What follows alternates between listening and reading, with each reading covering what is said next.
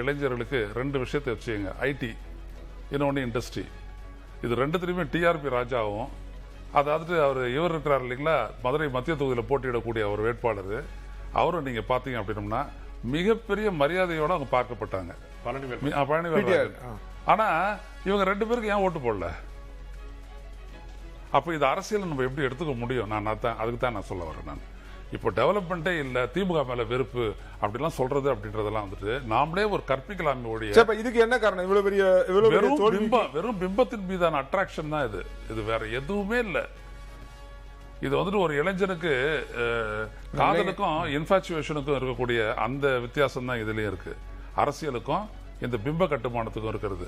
இப்ப திமுக செஞ்சிருக்கக்கூடிய அந்த விடயங்கள்லாம், இதெல்லாம் வந்துட்டு விஜய் செய்வாருன்றதுக்கு ஏதாவது ஒரு அடிப்படை இருக்கா? விஜய் சிந்திப்பாருன்றதுக்காக அடிப்படை இருக்கா? இல்ல விஜய் கூட இருக்கிறவங்க சிந்திப்பாங்கன்றதுக்கு அடிப்படை இருக்கா?